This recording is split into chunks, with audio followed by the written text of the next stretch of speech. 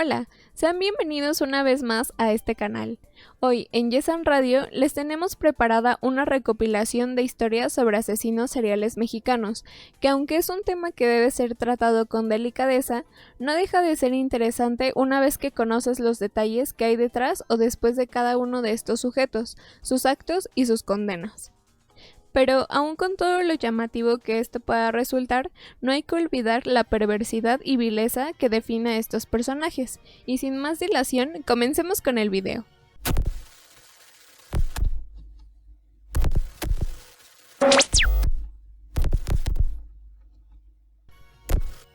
Comencemos por delimitar a lo que nos referimos, los asesinos seriales, a los que a partir de ahora llamaremos los sujetos.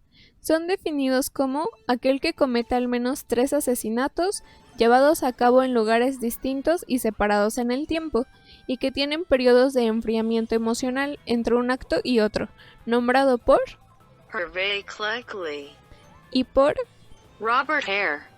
como máscara de cordura, en el que buscan mantener una aparente normalidad.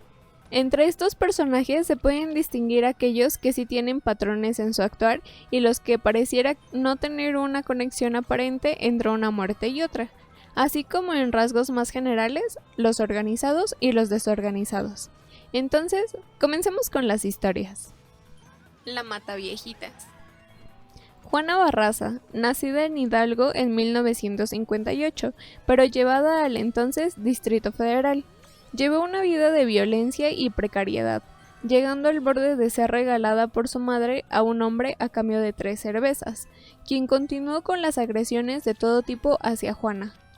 Fruto de esta unión tan temprana nació su primer hijo, que posteriormente perdería en una riña callejera. En cuanto a la vida profesional de Juana, solo existe referencia de su carrera en los cuadriláteros, pues a sus 30 años inició en la lucha libre profesional, pero no duró mucho, pues en una de sus luchas sufrió una lesión en la columna que la llevó al retiro, aunque continuó como promotora. Mientras que, si hablamos de sus crímenes, su carrera fue más larga, puesto que desde el 2003, en la Ciudad de México, comenzó a aumentar mes con mes el número de mujeres de la tercera edad halladas muertas con señales de ahorcamiento.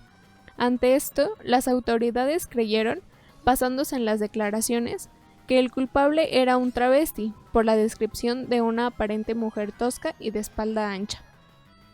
Todo esto continuó hasta el 25 de enero de 2006, cuando Juana salió de su casa para ofrecer sus servicios como empleada doméstica, y entre su recorrido se encontró con doña Ana María, a quien se ofreció a ayudar con sus bolsas de mandado en camino a su domicilio, donde vivía con un joven inquilino.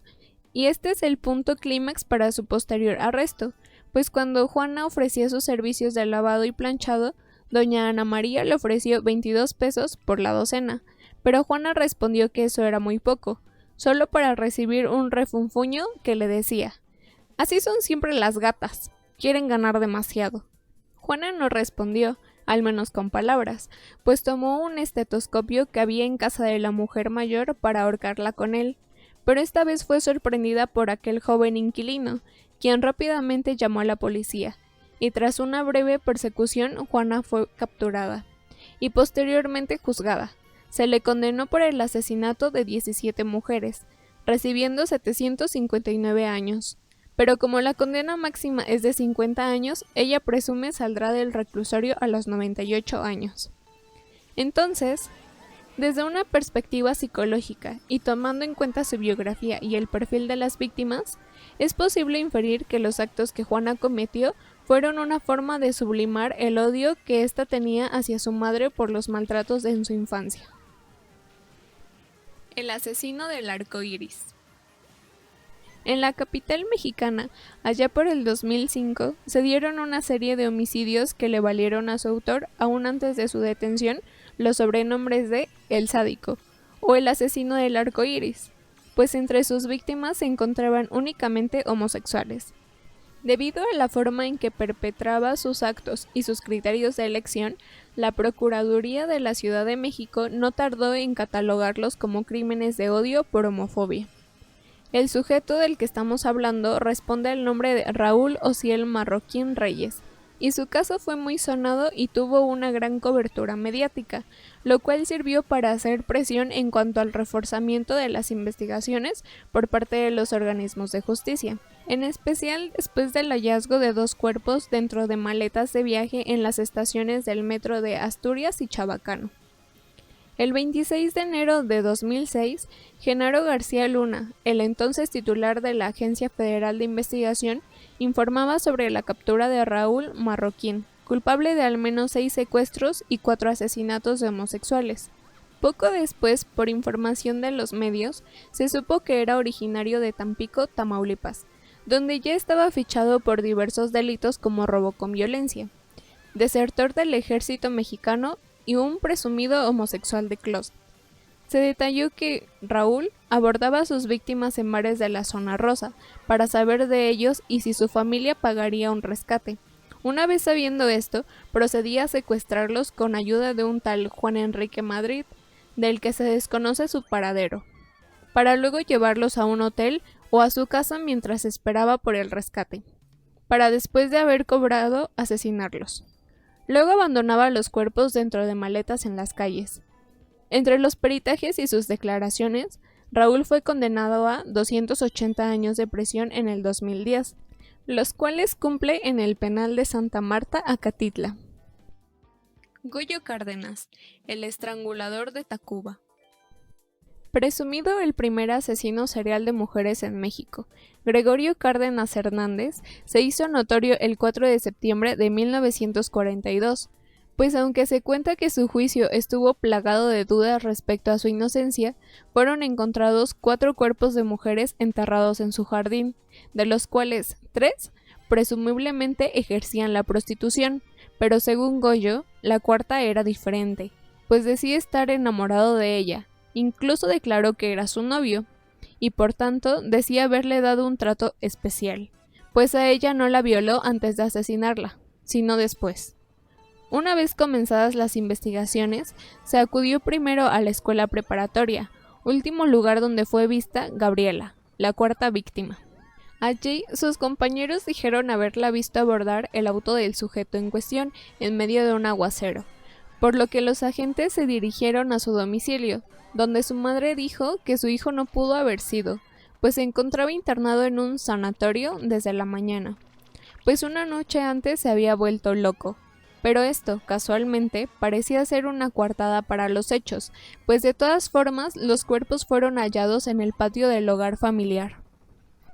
Los agentes acudieron al sanatorio para interrogar al sujeto, pero aseguran que éste, ante sus cuestionamientos, fingió demencia, pero esto no fue impedimento para su arresto, aunque después de esto incluso pretendió hacerse ver como alguien distinto a quien cometió todos estos actos, tanto así que curiosamente llamó la atención de muchísimas mujeres, que inclusive intentaban visitarlo y hablar con él, según ellas, con motivos puramente científicos. Pero esto no se dio, pues en palabras del propio Goyo, él no podía estar cerca de una mujer, porque se iba el hombre y llegaba la bestia. No podría controlar el odio que sentía hacia ellas, por ello se encontraba en esa condición. Fue condenado a 34 años de cárcel, de los cuales 5 pasó en el Hospital Psiquiátrico La Castañeda, y fue considerado un ejemplo para el sistema penitenciario y de reinserción social del país, pues pasaba su tiempo en el manicomio leyendo en la biblioteca o asistiendo a clases de clínica psiquiátrica que se impartían a los estudiantes de medicina que ahí residían. Pero aún desde niño no fue una persona normal, pues según su historial médico, las lesiones causadas por una encefalitis temprana fueron decisivas para que mostrara su comportamiento anormal, como el disfrute por la crueldad con los animales. Durante su estadía en el manicomio, tanta fue la confianza que se ganó que se le permitió tener una tiendita, donde surtía de cigarrillos y refrescos a internos y trabajadores, tanto así que le permitían salir a resurtirse, hasta que en una de esas ocasiones decidió fugarse con una enfermera a Oaxaca, pero fue recapturado y enviado a prisión a Lecumberri, y allí se decidió por una nueva profesión, la abogacía, que le sirvió para asesorar a otros internos, mientras que en su tiempo libre recibía la correspondencia y las visitas de muchas mujeres, que le llevaban comida y cubrían otro tipo de necesidades de este sujeto. Y fue con una de ellas que se casó y tuvo 4 hijos, que mantenían con las ganancias de su práctica de derecho. Goyo, el estrangulador de Tacuba, fue liberado en 1976, bajo el argumento de su abogado de que a sus 62 años su apetito sexual y criminal ya era inexistente. Y bueno, ¿qué les parecieron estas historias tan impactantes? Que aunque parecen de ficción, como de esos programas estilo CSI, son relatos tan ciertos como que respiramos. Y con ellos nos podemos dar cuenta que la violencia no tiene ideología, edad, clase social ni género, pero que también tenemos la capacidad de conducirnos de forma negativa o positiva, y de darnos cuenta de ello. Así que aprovechemos ese potencial. Si te ha gustado el video, deja tu me gusta y suscríbete al canal, o anímate a dejarnos un comentario. Y recuerden que esto es Yesan Radio y nos vemos en el siguiente video.